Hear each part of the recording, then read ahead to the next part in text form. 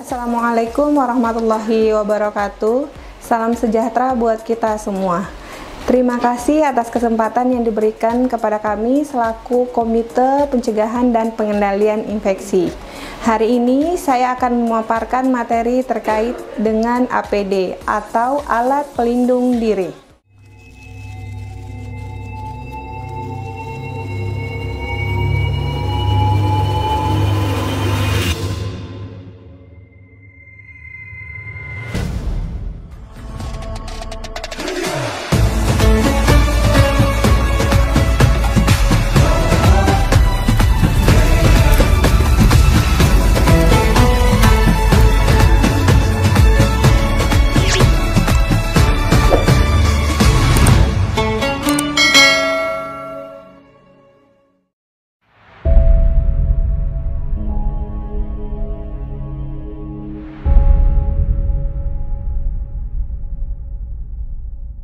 Hari ini kita akan membahas terkait dengan tujuan alat pelindung diri, jenis alat pelindung diri, hal-hal yang harus diperhatikan dalam menggunakan alat pelindung diri, dan penyimpangan penggunaan alat pelindung diri.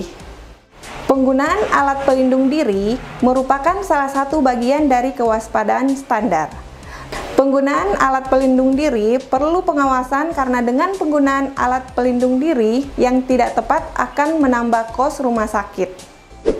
Tujuan penggunaan alat pelindung diri atau APD adalah melindungi kulit dan selaput lendir petugas dari resiko pajanan darah, semua jenis cairan tubuh, sekret, ekskreta, kulit yang tidak utuh, dan selaput lendir pasien. Nah, sekarang kita membahas terkait dengan jenis-jenis alat pelindung diri atau APD. Yang pertama adalah topi, yang kedua adalah sarung tangan, yang ketiga adalah masker. Masker itu terbagi menjadi dua, masker medis dan masker N95. Yang keempat adalah kacamata atau pelindung wajah. Yang kelima adalah baju kerja atau gaun. Yang terakhir adalah sepatu karet atau boot. Nah, sekarang kita membahas penggunaan APD terkait penutup kepala. Tujuannya adalah mencegah jatuhnya mikroorganisme yang ada di rambut dan kulit kepala petugas terhadap alat-alat daerah steril, dan juga sebaliknya untuk melindungi kepala atau rambut petugas dari percikan bahan-bahan dari pasien yang dapat menularkan atau infeksius. Manfaat penutup kepala yang pertama untuk petugas yaitu terhindar dari paparan atau percikan darah dan cairan tubuh. Terus manfaat yang kedua adalah untuk pasien, mencegah jatuhnya mikroorganisme dari rambut dan kulit petugas kepada pasien. Indikasi pemakaian tutup kepala yaitu tindakan yang memerlukan area steril yang luas seperti operasi atau pemasangan kateter vena sentral. Alat pelindung diri selanjutnya yaitu sarung tangan. Tujuannya adalah melindungi tangan dari kontak dengan darah, cairan tubuh, sekret, ekskreta, mukosa, kulit yang tidak utuh, dan benda yang terkontaminasi dengan tangan. Sarung tangan di sini terbagi lagi menjadi tiga. Yang pertama adalah sarung tangan steril, yang kedua adalah sarung tangan bersih, yang ketiga adalah sarung tangan rumah tangga. Indikasi pemakaian sarung tangan adalah tindakan yang kontak atau diperkirakan akan terjadi kontak dengan darah, cairan tubuh, sekret, ekskreta, kulit yang tidak utuh, selaput lendir pasien, dan benda yang akan terkontaminasi. Nah, di sini kita akan membahas terkait dengan manfaat pemakaian sarung tangan. Manfaat yang pertama untuk petugas yaitu mencegah kontak tangan dengan darah, cairan tubuh, benda yang terkontaminasi. Selanjutnya, manfaat pemakaian sarung tangan untuk pasien adalah mencegah kontak mikroorganisme dari tangan petugas. Prosedur pemakaian sarung tangan yang pertama adalah lakukan kebersihan tangan sesuai prosedur. Yang kedua, pakai sarung tangan pada kedua tangan. Yang ketiga adalah ganti sarung tangan bila tampak rusak atau bocor. Yang keempat, segera lepas sarung tangan jika telah selesai tindakan. Yang kelima, buang sarung tangan ke tempat pembuangan sampah sesuai prosedur yang ada. Yang terakhir adalah lakukan kebersihan tangan sesuai prosedur. Hal-hal yang harus diperhatikan pada penggunaan sarung tangan, yang pertama adalah cuci tangan sebelum memakai dan sesudah melepas sarung tangan. Kenapa harus seperti itu? Biar tampak bersih tangan kita sebelum menggunakan sarung tangan. Yang kedua, gunakan sarung tangan berbeda untuk setiap pasien. Yang ketiga, hindari jamahan pada benda-benda lain. Yang keempat, teknik memakai dan melepas sarung tangan harus dipahami. Alat pelindung diri selanjutnya adalah pelindung wajah. Tujuannya untuk melindungi selaput lendir, hidung, mulut, dan mata. Jenis alat yang digunakan masker, kacamata, atau face shield. Indikasi pemakaian pelindung wajah yang pertama adalah masker. Hanya digunakan pada saat yang memungkinkan terjadi kontaminasi melalui airborne atau droplet. Manfaat pelindung wajah untuk petugas yaitu mencegah membran mukosa petugas terkena kontak dengan percikan darah dan cairan tubuh pasien. Terus manfaat pelindung wajah untuk pasien adalah mencegah kontak droplet dari mulut dan hidung petugas yang mengandung mikroorganisme saat bicara, batuk, atau bersin. Alat pelindung diri selanjutnya adalah gaun.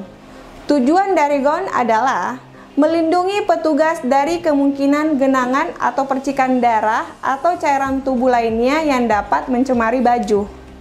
Jenis gaun yang pertama adalah gaun pelindung tidak kedap air, yang kedua gaun pelindung kedap air, yang ketiga gaun steril, yang keempat adalah gaun non-steril. Indikasi pemakaian gaun adalah tindakan atau penanganan alat yang memungkinkan pencemaran atau kontaminasi pada pakaian petugas, seperti tindakan yang dilakukan itu adalah membersihkan luka, tindakan drainase, menuangkan cairan terkontaminasi ke dalam lubang pembuangan atau WC atau toilet, terus menangani pasien perdarahan masif, tindakan bedah, dan perawatan gigi. Indikasi yang selanjutnya saat pemakaian gaun yaitu segera ganti gaun atau pakaian kerja jika terkontaminasi cairan tubuh pasien atau darah. Jangan sampai gaun yang kita gunakan itu kita pakai ke ruangan yang lain, misalnya dari ruangan 2WW ke ruangan 3WW, apalagi dipakai untuk makan. Manfaat gaun terutama untuk petugas adalah mencegah kulit petugas kontak dengan percikan darah dan cairan tubuh pasien. Manfaat gaun untuk pasien mencegah kontak mikroorganisme dengan tangan, tubuh, dan pakaian petugas kepada pasien. Alat pelindung diri selanjutnya adalah sepatu pelindung. Tujuannya melindungi kaki petugas dari tumpahan atau percikan darah atau cairan tubuh lainnya dan mencegah dari kemungkinan tusukan benda tajam atau kejatuhan alat kesehatan. Jenis sepatu pelindung yang kita gunakan yaitu sepatu karet atau plastik yang menutupi seluruh ujung dan telapak kaki. Hal-hal yang harus diperhatikan dalam menggunakan APD atau alat pelindung diri, yang pertama, alat pelindung diri sebaiknya selalu tersedia di setiap ruangan dalam keadaan siap pakai. Yang kedua, umumnya sekali pakai atau dipakai terpisah untuk setiap pasien. 3. Setiap alat pelindung diri yang terkontaminasi harus disingkirkan dan segera diganti. Yang keempat, alat kotor ditempatkan dalam tempat penampungan sementara tanpa mencemari lingkungan. Yang kelima, alat tersebut diproses dengan dekontaminasi, pencucian, dan sterilisasi atau dibuang. Berikut ini Penyimpangan penggunaan alat pelindung diri atau APD yang di ruangan. 1. Sarung tangan hanya digunakan satu tangan, terutama tangan kanan saja. Yang kedua, sarung tangan hanya digunakan pada tindakan menyentuh benda yang menjijikan seperti feses atau muntah. Ketiga, sarung tangan habis pakai diletakkan pada meja atau permukaan, bukan segera dibuang. Selanjutnya, masker digunakan untuk menutupi leher petugas, itu salah. Yang kelima, masker dibawa keluar ruangan perawatan atau tindakan. Yang keenam, tidak segera cuci tangan setelah melepaskan sarung tangan atau gaun. Masker disimpan di dalam saku baju petugas untuk digunakan kembali. Penyimpangan penggunaan APD selanjutnya yaitu gaun atau baju kerja dibawa keluar ruangan untuk melanjutkan pekerjaan lain. Selanjutnya, masker dianggap bukan barang infeksius. Terus, penggunaan sarung tangan rumah tangga malas digunakan dengan alasan panas atau licin. Selanjutnya, petugas dalam bekerja tidak menggunakan sepatu untuk melindungi kaki seperti menggunakan sendal biasa. Nah, sekarang kita sudah sampai di kesimpulan penggunaan alat pelindung diri atau APD. Yang pertama, penggunaan APD yang baik dan benar sesuai indikasi bertujuan memutus mata rantai infeksi, namun jika digunakan tidak benar, akan menyebarkan infeksi. APD digunakan jika ada resiko terpapar atau kemungkinan terpapar darah dan cairan tubuh, sekresi, ekskresi, kecuali keringat pasien. Demikian materi penggunaan alat pelindung diri atau APD. Mudah-mudahan teman-teman semua atau teman-teman sejawat bisa memahami dan bisa diterapkan di Rumah Sakit Permata Cibubur. Terima kasih. Assalamualaikum warahmatullahi wabarakatuh.